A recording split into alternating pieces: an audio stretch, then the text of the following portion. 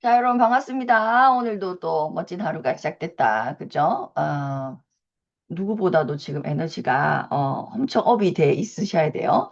조금 있으면 2시간 후면 그죠? 9시가 되면 또 누군가는 이미 계획하고 준비한 많은 것들이 눈으로 보여지는 그죠? 이렇게 딱 눈으로 보여지는 것을 또 직접 확인하시는 결국 이 책에서도 얘기하는 건 똑같거든요.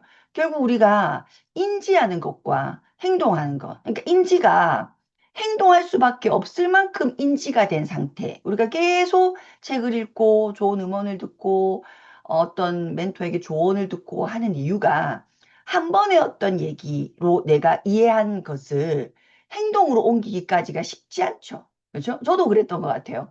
무슨 말인지 들었고 아는데 그게 바로 행동으로까지는 잘 안 되더라. 그런데 저같이 이렇게 그냥 평범한 사람, 잘 연결이 안 됐던 사람도 또 듣고 또 듣고 또 듣고 또 듣고 그 이해의 폭이 이렇게 높아지니까 나중에는 그냥 한마디만 탁 들어도 바로 행동으로 옮겨지는 사람으로 이 되더라고요. 그래서 저는 저희가 계속 이렇게 처음에는 뭐 하는 건지 안 하는 건지 내가 책을 읽어도 안 읽어도 표가 나지도 않잖아요. 그죠?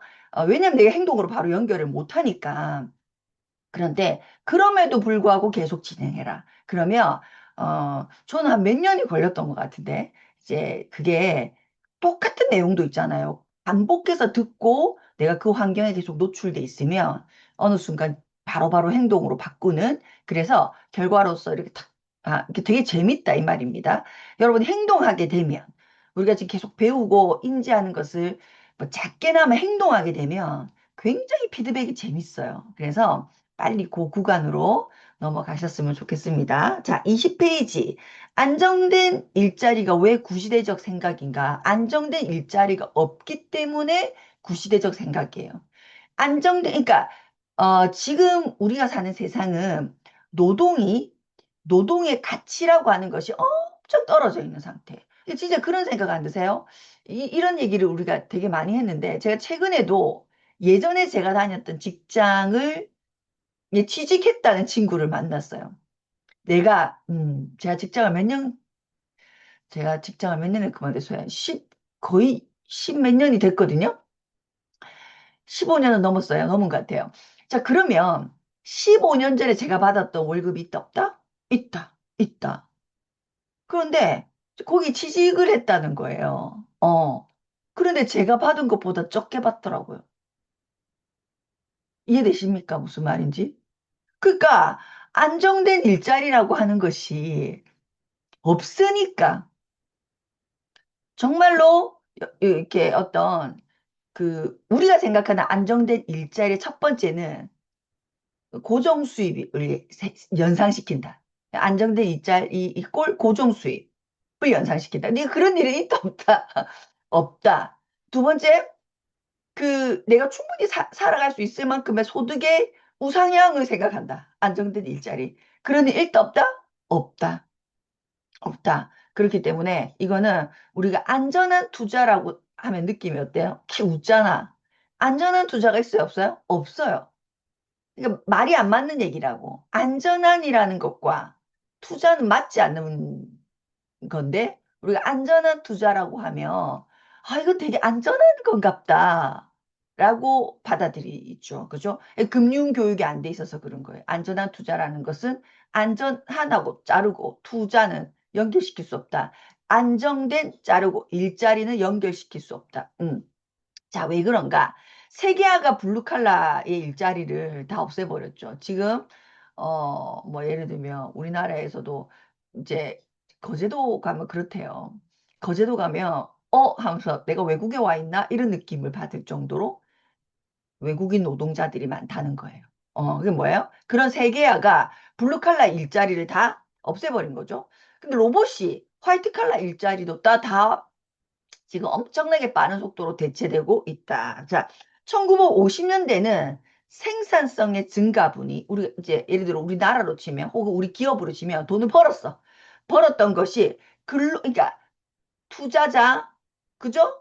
사업가 다 이렇게 거쳐서 근로자들한테까지 오는 게 있었다는 거예요. 근로자들한테. 그런데 지금은 거의 전적으로 사업주와 투자자들에게 다 가고 근로자들한테까지 오는 게 있다 없다? 없다는 얘기를 하고 있어요. 조금 뒷페이지 가서 24페이지. 그럼 진정한 금융교육이 도대체 뭐냐? 자, 두 가지로 얘기해놨어요. 첫 번째, 금융문해력. 돈의 언어를 읽고 이해하는 능력. 돈의 언어가 있다는 거예요. 돈의 언어를 탁 들으면 그 언어가 어떤 행동을 하는지가 그 언어, 그 단어가 하는 행위까지 내가 이해가 되면 금융 문해력이 있는 사람. 근데 그 단어를 모르는 사람은 없죠. 근데 그 단어를 그냥 그 단어로서만 이해하는 사람은 금융 문해력이 낮으니까. 그러니까 글을 읽어도 그 글이 무엇을 말하는지를 내가 인지가 안 되니까, 금융 교육을 안 된 자라는 거죠. 그래서 진정한 금융 교육은 두 가지밖에 없어요. 하나는 금융 문해력을 높이는 거. 두 번째는 금융 IQ를 높이는 거. 자, 그래서 금융 문해력에 이 저자가 얘기하기를 부자빠 가난아빠에서 가장 중요한 단어, 금융 문해력의 가장 중요한 단어는 뭐였다? 자산과 부채였다는 거예요. 자, 그러면 자산이라는 단어를 탁 떠올렸을 때 자산이 이런 거 어디까지 하니? 어디까지 해봤어? 이걸 아는 사람, 느낌이 바로 와. 자산이 있어? 그러면 그런 것까지 할 수 있지. 그렇게 되지. 자, 부채라는 말을 들었을 때 A라는 사람은 빚이 있는갑다. 예를 들면 저 사람 부채가 있네. 갚아야 될 돈이 있네. 있는 상태네. 부채가 많아. X. 요렇게 그냥 단어가 주는 단어를 단어로서만 해석하는 사람이 있고, 어떤 사람은 부채 어디까지 해봤니? 부채 가지고 어디까지 할 수 있어? 이런 것까지 할 수 있지. 요렇게 그 단어가 하는 행동까지도 이해가 되는 그 문해력이 있다 이 말입니다. 자, 두 번째는 어, 돈의 언어에서 가장 중요한 단어는 뭐다? 현금 흐름이다 이 말이에요. 현금 흐름. 현금 흐름이란 단어가 돈의 언어 토탈 탈탈 털어서 돈이 가지고 있는 언어 중에 탈탈 털어서 가장 중요한 단어는 어떤 단어다? 현금 흐름이라고 하는 단어다. 그래서 당신이 금융교육을 받았다면 제일 먼저 현금 흐름이라고 하는 형태의 무언가를 반드시 만들어내야 된다는 거죠. 만들어내는데 집중한다는 거죠. 자, 그 다음에 두 번째, 금융 IQ, 금융 문제를 해결하는 능력. 우리가 IQ가 높다. 어떻게 해요? 수학을 되게 잘해. 그러니까 문제를 푸는 능력이잖아요. 그죠? IQ가 높다. 그러면 금융 IQ는 뭐다? 금융 문제를 잘 푸는 거. 자, 금융 문제, 그 IQ가 높고 낮음을, 금융 IQ가 높고 낮음을 어떻게 할 수 있어요? 저는 이 부분이 정말 뼈 때렸거든요. 여러분의 금융 IQ를 어디 시험 쳐서 아는 게 아니에요. 지금 당장 여러분의 금융 IQ를 알 수 있어요. 어떻게? 미국의 한 여론조사에 따르면 예기치 않은 비상사태, 전혀 생각지도 못했어. 그런 걸 통해서 400달러를 마련할 여유가 가게에 없대요. 그러니까 쉽게 말해서 일반 가정이 1도 여유 없이 돌아간다 이 말이에요. 그러니까 조금이라도 생각지도 못한 일이 일어나면 안 되는 상태로 돌아가고 있더라는 거예요. 이것이 평균적인 미국인의 금융 IQ라는 거예요. 자, 다시. 그러면 여러분의 금융 IQ는 뭐냐? 생각지도 못한 일이 일어났어. 26페이지. 예상치 못한 청구서를 받게 되었을 때 당신은 하루 이틀 사이에 얼마까지 해결할 수 있냐? 예를 들어 전혀 생각지도 못한 어떤 일이 일어났어. 그거를 1억이라 해볼까요? 1억짜리 뭔가 청구서가 들어왔어. 거기에 여러분은 얼마만큼을 바로 라인아웃 해결할 수 있냐? 누군 3천만 원, 누군 5천만 원, 누군 1억, 이렇게 다르겠죠. 나는 100만 원, 예를 들면. 100만 원은 바로 처리할 수 있어요. 그럼 나의 금융 IQ는 100만 원. 천만 원은 바로 할 수 있을 것 같아요. 그럼 나의 금융 IQ는 천만 원. 1억 정도는 오케이? 뭐 이렇게 예비되어 있고 준비되어 있고 바로 그것을 처리할 수 있냐. 나에게 어떤 금융적인 문제가 일어나도 얼마의 금액만큼을 바로 처리할 수 있냐. 그 처리할 수 있는 금액만큼이 당신의 IQ라는 거예요. 근데 진짜로 빚을 내는 것도 빚을 내는 것도 이 능력 IQ 안에 들어갑니다. 그 빚도 능력이에요. 진짜로. 어, 그러니까 뭐 예를 들어 그러니까 정말로 그 천만 원 이하 단위가 있을 수 있겠죠. 저는 100만 원은 저는 뭐 이렇게 예를 들어 천만 원 정도 이상의 준비가 안 된다. 예를 들면 뭐 천만 원 이하다. 진짜 심각한 거예요. 여러분 정말 심각. 내가 어떻게 해서든 천만 원 이하밖에 안 될 것 같다. 되게 심각한 거예요. 그래서 여러분 혼자 이제 대답했을 거 아니에요. 그죠? 대답했는데 천만 원 이하다. 저는 1억 이하라고 얘기하고 싶은데 어쨌든 좀 그러니까 천만 원 이하다. 그러면 아주 심각이라고 밑에 써놓으세요. 그래서 빨리 이거를 1억 이하, 1억 정도는 내가 1억 정도는 이렇게 할 수 있는 금융 IQ를 높이는 우리가 되셔야 됩니다. 자, 부유한 기업가들이 점점 더 부자가 되는 이유 중 하나는 그들은 금융 IQ가 굉장히 높다는 거예요. 금융 IQ가. 아무 일이, 그러니까 무슨 일이 안 일어나는 것이 아니라 무슨 일은 계속 일어나는데, 금융 IQ가 낮은 사람은 그거 메꾼다고 정신이 없고, 그죠? 금융 IQ가 높은 사람은 그죠? 충분히 메꾸는 것은, 그걸 해결하는 것은 이미 능력을 갖춰놨기 때문에 여전히 하는 일에 지장 없이 잘 돌릴 수 있다는 거예요. 이게 엄청난 차이죠. 금융 IQ가 낮은 사람은 하던 일을 스탑하고 그것 처리한다고 정신이 하나도 없어요. 그리고 겨우 처리하고 돌아오면 그것이 쭉 떨어져 내려가 있죠.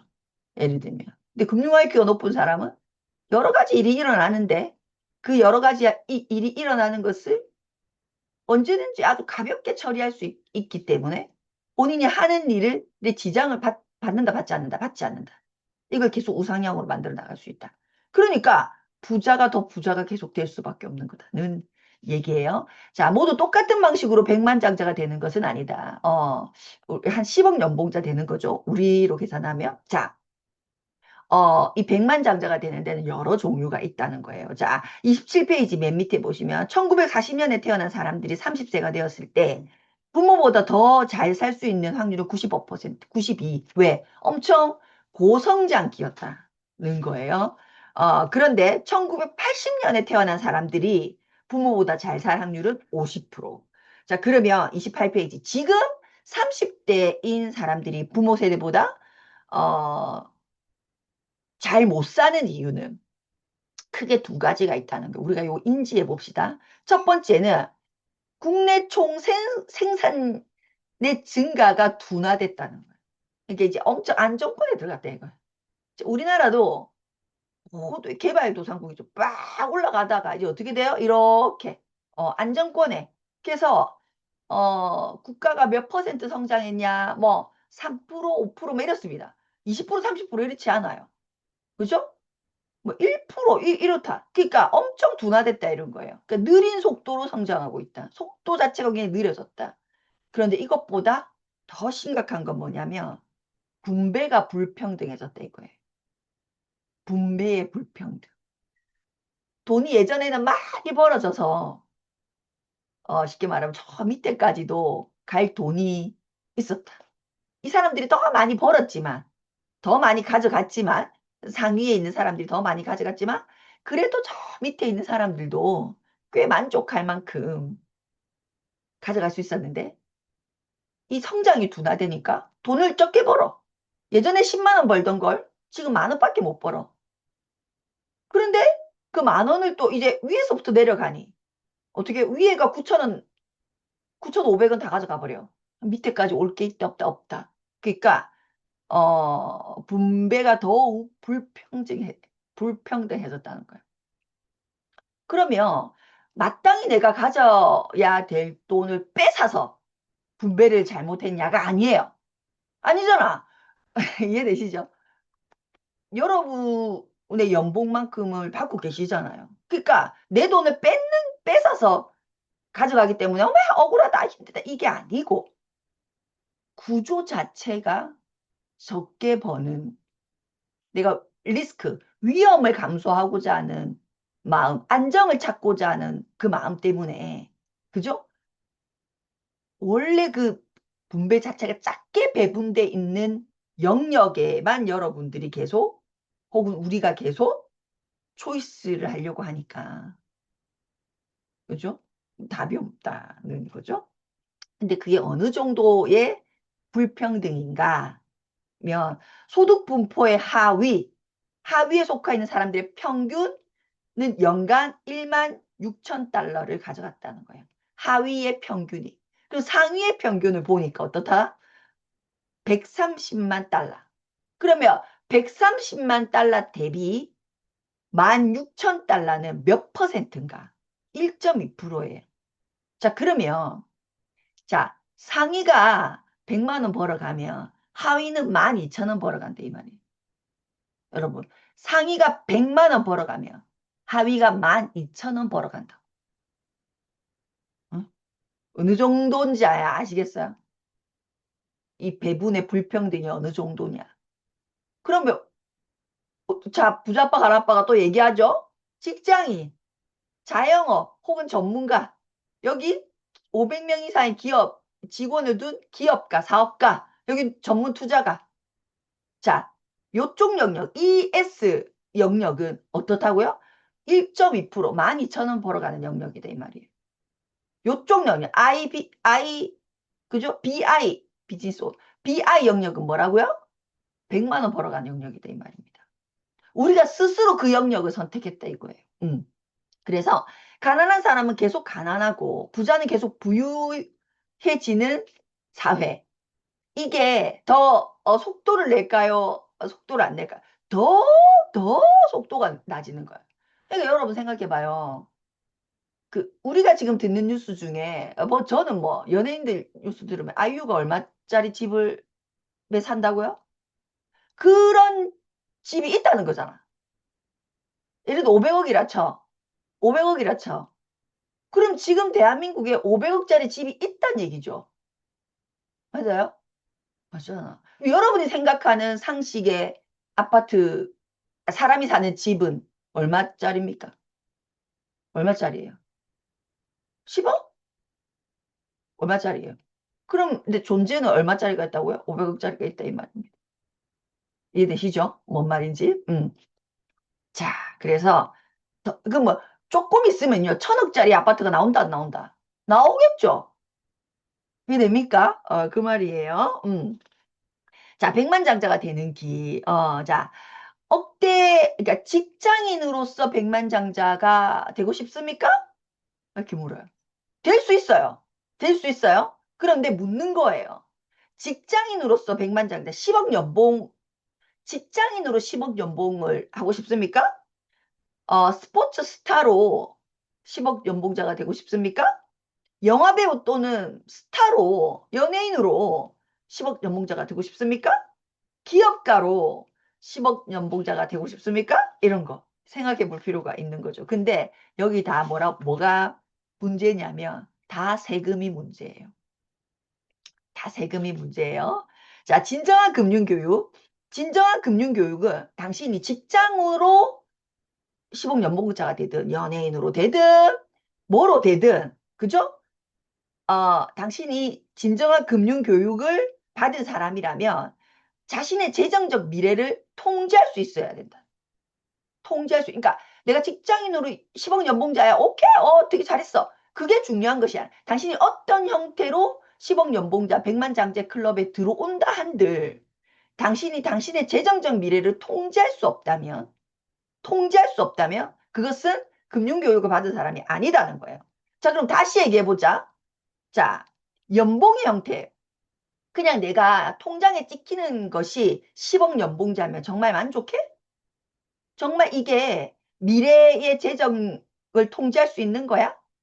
라고 물어요. 두 번째, 순자산. 내가 진짜로 통장에 10억이 딱 찍혀 있어. 순자산으로의 형태로 10억 연봉을 가지고 싶어? 아니면 자본이득으로 내가 아파트 10억짜리 갖고 있어. 어, 그죠? 내가 금덩어리 10억 갖고 있어. 요런 형태로 가지고 있고 싶어? 물어요. 근데 이 자본이득으로 10억을 갖고 있다? 그럼 이걸 자본을 팔아야 되잖아. 팔았을 때 나에게 10억이 내 손에 들어오는 거잖아요. 그죠? 그러니까 다 나의 여러분의 재정적 미래를 컨트롤할 수 있다 없다? 없다. 그래서 오직 4번 현금 흐름으로 10억을 현금 흐름으로 10억 매년 1억의 현금 흐름을 가지고 있어. 매월이죠. 매월이다. 그죠? 매월 1억의 현금 흐름을 가지고 있어. 그러면 10억의 현금 흐름 소유자죠. 여러분은. 이해됩니까? 그러면 어떻다고요? 미래를 통제할 수 있다 없다? 있다. 그래서 여러분 우리 모두가 월 1억 현금 흐름을 목표로 아주 명확해요. 월 1억의 현금 흐름을 목표로. 자, 저 여러분에게 계속 제안해 드릴 거예요. 월 1억에, 나도 못 가갖고 할 말은 없지만, 열심히 해보자고요. 그죠? 우리의 모든 목표는 뭐다? 월 1억의 현금 흐름. 현금 흐름의 형태로 월 1억이 들어오는 상태를 만드는 것. 그죠? 자, 이것의 가장 장점이 뭐다? 자산을 매각하지 않고도 자산에서 100만 달러 이상의 현금 흐름을 만들어내는 게 이게 가장 베스트다는 거죠. 뭐 5번은 일확천금에서 복권 당첨되는 거. 자, 그래서 이렇게 써놨어요. 100만 장자의 꿈. 나는 현금 흐름 100만 달러, 현금 흐름으로 100만 달러를 이루는 사람이 되고 싶다고 초이스했다는 거예요. 순자산도 싫어. 그죠? 자본이득도 싫어. 연봉도 싫어. 나는 뭐가 좋아? 현금으로 100만 장자 될래. 이렇게 초이스 했다는 거예요. 여기 계신 분들도 다 그렇게 초이스해야 됩니다. 자, 쭉쭉 넘어가서 자, 40페이지 서문. 시장의 폭락은 부자가 되는 기회다. 자, 여러분. 우리가 계속 개념을 내가 지금 자 100만 원 현금으로 만들었어요. 오케이. 너무 잘했어요. 자 1000만 원 현금으로 만들었어요. 오케이. 자 1억 현금으로 만들어서 우리가 이렇게 단계로 갈 거 아닙니까? 그런데 이 현금 흐름이라고 하는 단어에 완전히 모든 것이 현금 흐름인가? 라고 질문해 볼게요. 내가 이거 하고 싶은데 오케이 좋아. 현금 흐름이 발생하는가로 그 질문을 갖다 붙이면 우리가 계속 정말 현금 흐름이 발생하는 것만 그런 황금 알을 낳는 황금 오리만 모을 수 있겠죠. 그죠? 그 중에 하나가 암의 비즈니스이잖아요. 그죠? 자, 우리가 그런 상태로 정말로 현금 흐름을 100만 원에서 1000만 원에서 뭐 3000만 원에서 5000만 원에서 1억 자꾸 모아가다 보면 엄청난 일이 일어나요. 어떤 일을 한다? 반드시 폭락의 시장이 온다는 거예요. 이건 머스트입니다. 반드시예요. 그래서 너무 중요한 얘기를 해놨어요. 그런 폭락은 누군가에게는 써놨어요. 누군가에게는요. 엄청 힘든 일이에요. 막 욕이 막 100만 개가 나오겠죠. 어떻게 이런 일이. 나 너무 성실히 열심히 일했는데. 그쵸? 굉장히 힘들어지는 직장을 잃는 이런 폭락은 시장의 폭락은 엄청난 월급쟁이들이 사라지는 이 꼴. 왜? 더 이상 그걸 운영할 수 없으니까. 그쵸? 그러니까 이런 시장의 폭락은 누군가에게는 재앙에 가깝지만 누군가에게는요, 엄청난 기회다는 거예요. 어떤 기회? 부자가 되는 기회. 시장 폭락이 꼴 부자가 되는 기회라는 거예요. 그래서 시장의 폭락은 이미 현금 흐름을 가지고 있는 사람에게는 현금 흐름이 준비된 사람에게는 그 기간을 뭐라고 얘기한다? 박앤세일이라고 한다. 너 정말 충격받았어. 진짜. 박앤세일. 여러분, 우리 어, 봄옷은 봄이 지나면 세일해요, 안 해요? 100% 해요. 지금 여름의 끝자락이죠. 오, 때가 세일해요, 여름옷. 맞아요? 그럼 내가 현금 흐름만 있으면, 그죠? 물론 몸매도 받쳐줘야 돼요. 7788은 안 나오니까. 개성복이니까. 그러면 내가 현금 흐름이 있으면 그 똑같은 물건, 품질도 뭐 똑같은 거를 50%에 살 수 있어요? 지금 여름 옷 50%에 사실 수 있어요? 있잖아요. 있잖아요. 그쵸? 어, 그렇단 얘기예요. 자, 그래서 뭐 쭉쭉 넘어가서, 여기서 43페이지 요건 좀 얘기합시다. 실패의 경험은, 이런 기업가들에게는 교육과 경험, 그러니까 실패 경험은 진정한 리더에게는 교육의 경험, 엄청난 교육의 경험이라는 거예요. 그리고 그 교육은 계속 나아갈 힘을 준다는 거예요. 우리가 현금 흐름을 만들어내는 과정에서 어떻게 그렇게 다 100% 성공만 하겠어요, 그죠? 성공했다 실패됐다 하겠죠. 그런데 그 실패의 경험은 엄청난 교육의 경험으로 전환되기 때문에 교육을 잘 받은 사람이 된다고. 교육을 잘 받은 나니까 앞으로 쭉쭉쭉 더 잘 나갈 수 있어요. 거기서 멈칫한다 이 말이에요. 더 잘 나간다는 거예요. 멈칫할 이유가 없다. 나는 교육을 너무 잘 받은 사람이기 때문에 앞으로 더 가열차게 나간다는 거죠. 가열차게. 요 부분이 좋았고, 이 기요사키가 실제 시장의 엄청난 폭락에서 엄청나게 성공을 거둔 부자가 된 케이스예요. 왜냐하면 이 버블, 이게 시장이 붕괴될 때, 그때 이 부자빠 가난아빠 책을 쓴 책 내용이 사람들에게 저 책의 내용이 맞네 라고 인지가 되기 시작했고, 그전에는 택도 없다 이랬다가 인지가 되기 시작했고, 인지가 되면서 오프라 윈프리 쇼에 이 기요사키가 초대됨으로써 이 책이 엄청나게 사람들에게 인지 막 폭발적으로 늘어났다는 거죠. 그러니까 기요사키가 돈을 벌었을까 안 벌었을까? 엄청 벌었겠죠. 그런데 엄청 벌 때, 그러니까 기요사키가 돈을 엄청 벌 때 시장이 엄청 붕괴돼 있어서 45페이지 어떻게 했다? 그들은 시장 가격이 떨어졌을 때 수백만 달러 어치의 부동산을 매입했다. 오늘날 그들의 아파트, 호텔, 골프장 등 수천 개의 부동산은 언제 샀다? 시장이 폭락했을 때 샀다는 거예요. 자, 그래서 45페이지 밑줄 그으세요. 폭락에 대비하는 방법, 폭락을 식별하는 방법. 1번, 폭락에 반드시 늘, 항상 여러분 대비되어 있어야 됩니다. 그 대비되어 있는 게 뭐야? 금융 IQ다 이 말이에요. 내가 생각지도 못한 일이 일어났을 때 당신이 얼마만큼 해치할 수 있나? 그러니까 얼마만큼의 현금 흐름을 갖고 있는 사람이냐? 그죠? 그러니까 반드시 지금 이 순간도 우리 대비가 돼 있어야 돼요. 두 번째, 근데 대비돼 있다면 소극적으로 대비만 할 것이 아니라 폭락을 식별하는 것도 할 줄 알아야 된다. 그리고 폭락을 통해 이익을 얻는 것도 폭락됐는데 딱 박연 세일 들어갔는데 엄마 세일하네 이러고 가만히 있으면 돼요 안 돼요? 안 되죠. 폭락을 통해 이익을 얻는 것도 알아야 된다. 할 줄 알아야 된다는 거죠. 이거를 이제 여기서 책에서 가르쳐 주겠다 이 말이에요. 우리가 이 책에서 여러분이 얻을 명확한 건 이거다 이 말이에요. 폭락에 대비하는 방법, 폭락을 식별하는 방법, 폭락을 통해 이익을 얻는 방법. 이 폭락을 통해서 이익을 얻는 방법이 진짜 대박이에요. 음. 진짜 집중해요. 집중. 자, 그래서 폭락은 가난하고 금융 IQ, 교육 수준이 낮은 사람에게는 치명적이다. 응. 그래서 우리가 다 이렇게 얘기하죠. 한때 내가 그때는 엄청 잘 나갔는데 다 금융 IQ, 금융 문해력이 없었다는 거예요. 그런 사람에게는 이 폭락은 너무나 가혹한 거지만, 그래서 누구도 이 폭락을 원하지 않죠. 원하지 않지만 밑줄 그어볼까요? 그 누구도 폭락을 막을 수는 없다.